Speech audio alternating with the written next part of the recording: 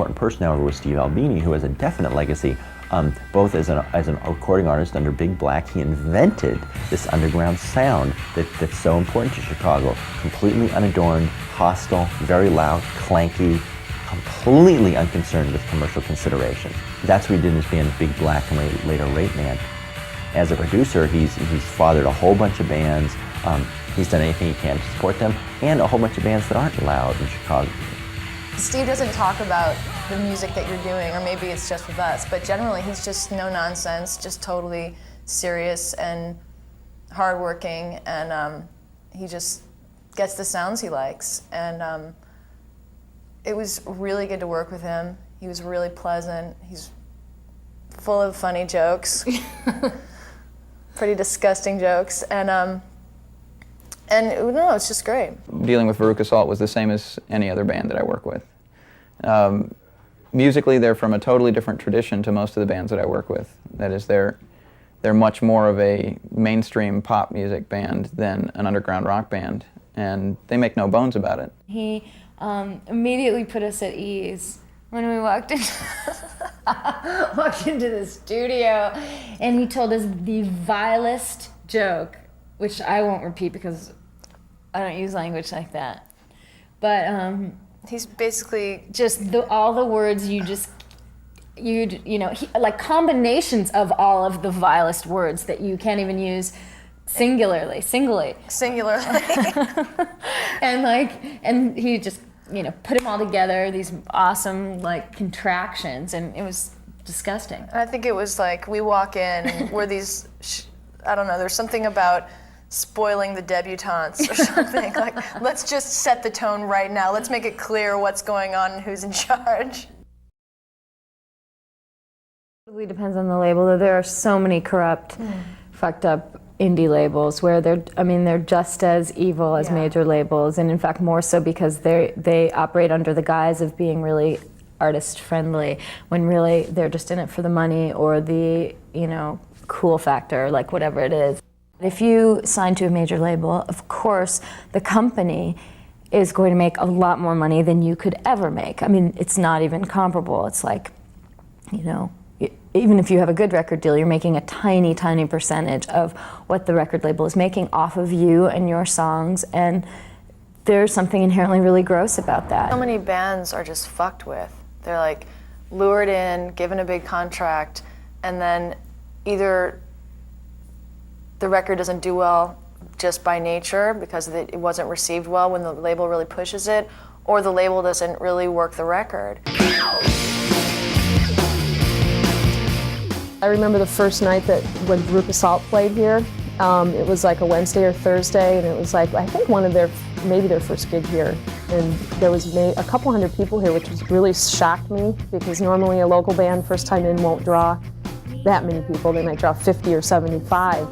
And I went up to watch them for a while because I'd heard their tapes and thought they sounded good, but I was watching them and I just thought to myself, they have what it takes to be something big. I mean, I remember one show a couple years ago before Veruca Salt got signed, right when they were kind of getting known by the labels, and it was just nuts. It was just like at the Empty Bottle, and it was just wall to wall like industry people and scenesters, and it was like a February night, and it was like 10 below or something insane, but it was just like this electricity in the air. It was fun, why not?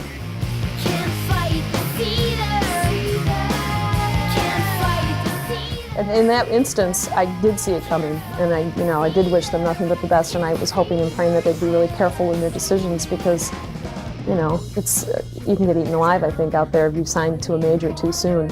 But they seem to have their heads screwed on right about it. What's punker than Veruca Salt, streaming to the top of charts with this song "Seether," which may or may not be the girl talking about her private parts. The V word. I think it's. Don't say the V word.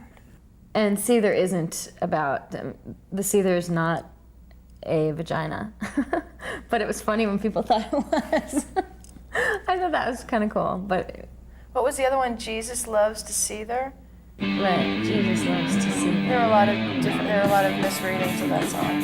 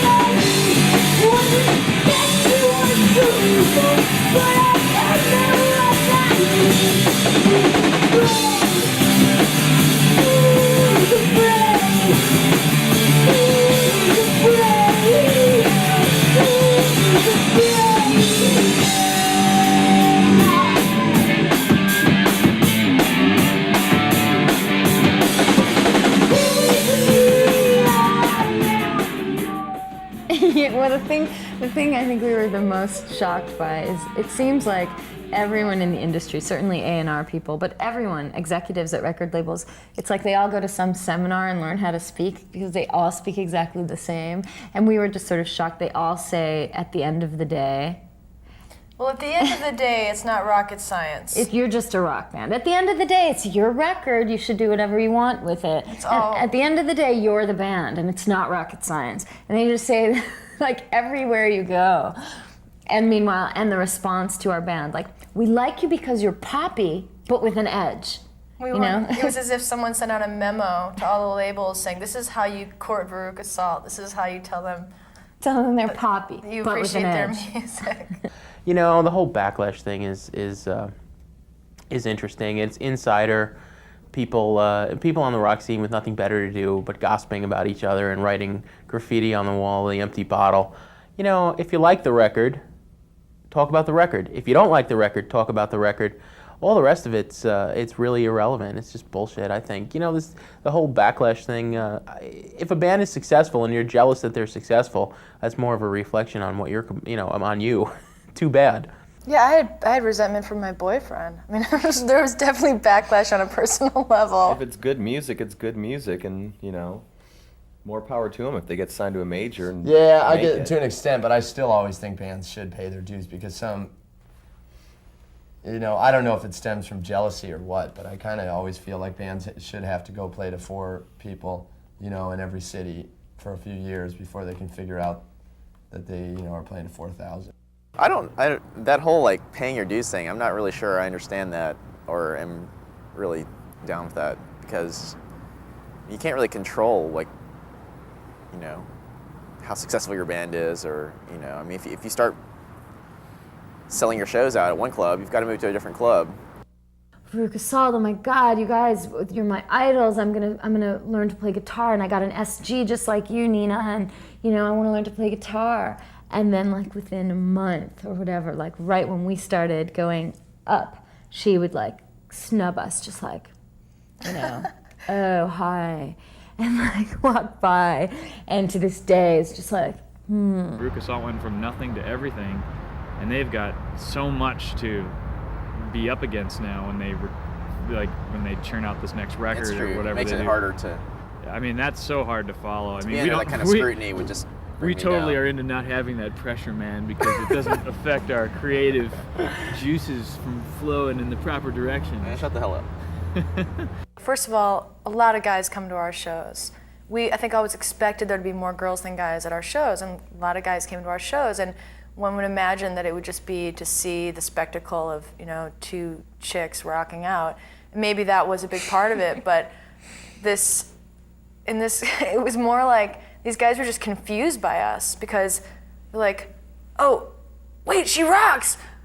Wait, she's hot. They didn't really know how to perceive us. They were sort of like not sure if they were supposed to tell us to, show us our tits or whatever, and some did.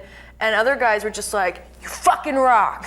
Like, I love you, man. They were so into it just because we're a rock band and they like our songs, hopefully, and they were just into the show. like, do I exploit her or do I like worship her? Yeah. It's like, It was intense. well, there was definitely an aspect of sexism in the press that we received from the very beginning. Very early on, somebody started writing about what we looked like, our body types, which I imagine they do with men too, but I don't notice it as much. And there was just something really frustrating about that focus on what we looked like as opposed to, or the fact that we were women. And part of that can be exciting. It isn't sexist necessarily. Part of it is cool that they're acknowledging that it's a new and exciting thing that women are rocking as hard as they have been rocking recently.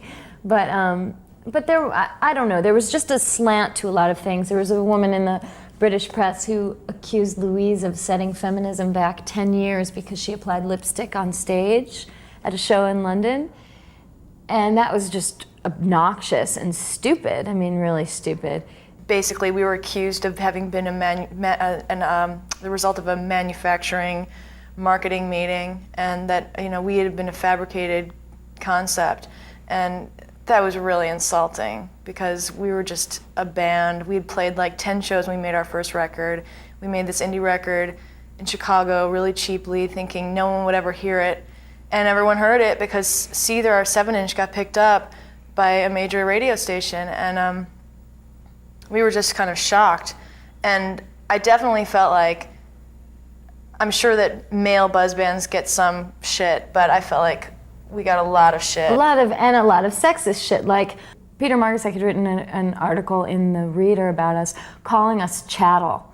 And to me, that was the most insulting thing someone could say, and a really ignorant thing for somebody to say, not knowing us, not knowing how we make our decisions, just from afar, imagining that we were someone's property, that we did as we were told, that we were, and that was like one of the most insulting and sexist things I think a person could say. If you don't like our music, that's fine with us. You know, if someone says, I don't like them, I don't like their lyrics, I don't like their voices, whatever. But talking about us personally as women, referring to us as chattel, I think was just inexcusable and really disgusting. This song is called Good Disaster. I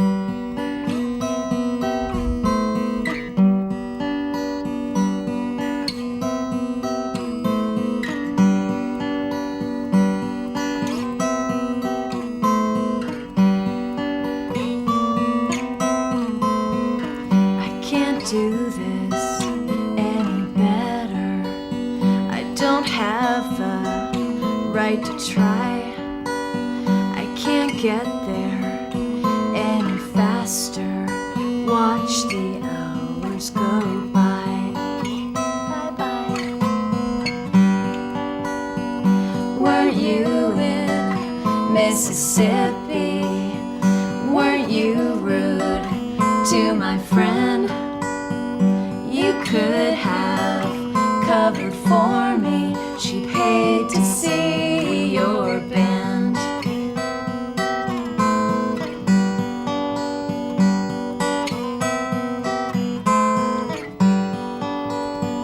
My mother never liked you. My brother felt the same. They all saw right through you before I knew you were lame. Run, little one, away from what you started. Something will come of all tomorrow's parties. Oh, all tomorrow's parties. We could have had so much fun. Do, do, do, do, do, do.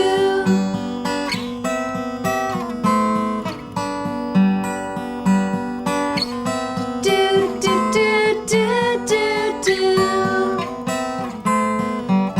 I love a good disaster. I love to fall apart. They tell me I'm the master of loving and losing heart. Do, do, do, do, do, do.